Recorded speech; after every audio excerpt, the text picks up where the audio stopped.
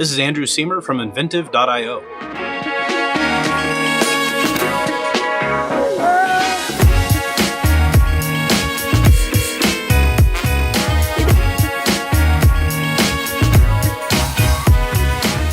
Today we look at Bootstrap 4, which is currently in alpha, but definitely ready for you to start looking at. So in Bootstrap 4, we can go to v4-alpha.getbootstrap.com, or if you really want to make it easier, just search for Bootstrap 4, and Google will take you right to the V4 Alpha site. Do pay attention to the fact that this is an alpha tool, meaning that it is kind of subject to change. Over time, they may actually shift what it is that they're providing. To get started with Bootstrap 4, we'll open up Sublime. And do be aware that inside of Sublime, we can go to Package Manager. And if we install a package, there is a Bootstrap 4 snippets that is available. We find that just by searching for Bootstrap 4, and you'll see this snippets here. Hit Enter, that will install. This is one that I don't think we need to restart. To verify that Bootstrap 4 snippets is installed, we can go back to Package Control, and if you search for snippets, you'll find all of these various Bootstrap snippets that you now have access to. Cool. So let's go ahead and close this window, and we will get back to Sublime. All right, so let's start by creating an HTML page. I've named mine index.html. And in here, if you took a look at the emit class, we can just go ahead and generate what we need from emit. That'll give us a basic HTML structure. And then if we go back to the Bootstrap site, you'll see that there's download Bootstrap, but off the home page, you can actually just go over here and grab all that you need for the Bootstrap CDN and click copy. That'll come out to your clipboard. Go back to Sublime. We'll drop this into the head. Whew, that's a little bit big. Let's go ahead and back off of that so we can see what we've got here. And you'll notice that we've drug in 3 different scripts and a style reference. Most of these you're probably aware of if you've used Bootstrap before. But what we have here is a style sheet for Bootstrap, specifically Alpha 6. Bootstrap's JavaScript does have a dependency on jQuery, so they've provided us with jQuery. There is also Tether. Tether is for pop-ups, tooltips, if you will. But there is a dependency on Tether. We'll take a look at how you can see if you got that right. And then lastly, we actually have the Bootstrap JavaScript. Now that we have that in place, let's take a look at what we can do. So in case you weren't aware, Bootstrap is a 12-column grid. So if you like building responsive websites, Bootstrap is definitely a good way to get started. It does this based off of a very simple structure. Using emit, we can actually type this out. So you're going to have a container. That container is going to have a child div. That child div should have a class of row. And then that will also have child divs. Each of those will have a class structure of column, the device that you want to target. So we say -LG. And then the number of columns that you want this particular div to take advantage of. So in this case, we'll say 12.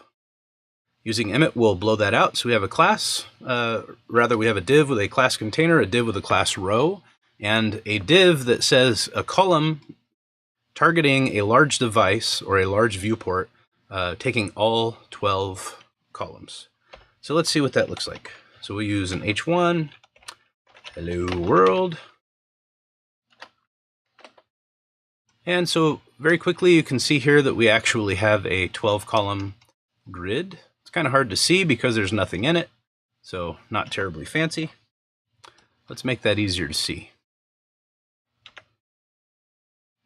So something else we can do is let's make another row.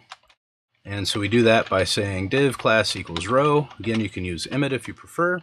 I will do that here. So we can say div, it's going to have a column. Again, we'll target a large viewport, and I'll talk to you about that in a second. I'm going to make it so that there are 4 columns in this grid. So the way we do that is say 12 columns total divided by 4 gives me 3. And in this case, we can use emit to actually blow that out for us. And so what you see here is column 1. Guess I could have used Emmet to do this for me also, but oh well. Okay, so we have column 4, column 3, and column 2. Let's see what that looks like. Save it. And so now we start to see the power of Bootstrap. And what we're going to see is over time, these guys are going to shift. They should hit different breakpoints. There you go. Oh, there you go. So every time it jumps, we hit different breakpoints. So this would be very difficult if we were using regular CSS and HTML to mimic this same kind of power. But there's a whole lot more to this. So that's just the basic grid structure. It is important to note that the Bootstrap 4 and Bootstrap 3 is a 12-column grid. So if we search for Bootstrap Grid and take a look at Google Images, we should be able to quickly see something like this. As you can see here, you can span this 12-column grid however you like. It comes with a gutter and a margin and defaults to 12 columns. So anything that you're doing from a web page layout, you want to look at a total of 12 columns. In Bootstrap 4, we now have 5 sizes to take advantage of. In previous versions, we only had 4. So we have extra small, small, medium, and large. And now they're giving us the addition of extra large. It's a little bit counterintuitive. It sounds like we're embracing larger pixels. Before it was just extra small to large. But in previous versions, large was 1200 pixels. And what we see here in the extra large is now 1200 pixels. So what they're giving us the advantage of doing here in the current version is to target smaller devices. So we have a broader range for smaller devices. The way that we do this targeting is simply like we saw in HTML before that we were typing. So we say column small and column medium, column large, column extra large. And then if there's nothing here, it'll default to extra small. So the other nice thing about Bootstrap 4 is it is starting mobile first. So it assumes that you are targeting the smallest device first rather than the other way around. So let's take a look at how some of this works. Switching back into our Sublime text and HTML, let's go ahead and build out some additional Bootstrap elements. So now that we have snippets, we can do something like, let's just start typing a carousel. So carousel and then tab. And I don't know if everybody saw that. Let's do it again. So carousel is simply a feature in Bootstrap that effectively gives us a whole bunch of different images. You've probably all seen some variation of that before. Let's go ahead and save that and take a look at what that generated for us. So we don't have any images. So what we're seeing here is first slide, first slide, first slide. So let's take a look at the Bootstrap 4 components page. And inside of here, we can look for carousel on the right side. And if we scroll down, you're going to see a whole bunch of different types of carousels. So here's a simple carousel. You'll see first slide, second slide, third slide as it rotates. If you had images there, obviously that'd look better. You have the ability to put controls to go to the left or to the right. You also have an indicator, which will allow you to show you which slide you're on and how many slides there are. And as you can see through each of these, you can actually just grab this HTML and get this running on your machine pretty quickly. Let's do that instead. So I'll Control Z to get back here. If we're not using snippets, I can just go grab the HTML off of that Bootstrap page, and then we can view that instead. Again, we're just going to have this first slide, second slide, because we don't have any images. But you'll notice now we're getting a second slide. Okay, let's take a look at something else in Bootstrap that we can build out. So again, Control Z. There's this notion of a Jumbotron. If you don't know all these various features in Bootstrap, again, on the components page, which you can always come to from their documents or documentation, you'll see in here breadcrumbs, buttons, carousels, Jumbotron, etc. A Jumbotron is just this massive page, almost like a header, but really a call out. So it could be a product call out, it could be an image call out, whatever.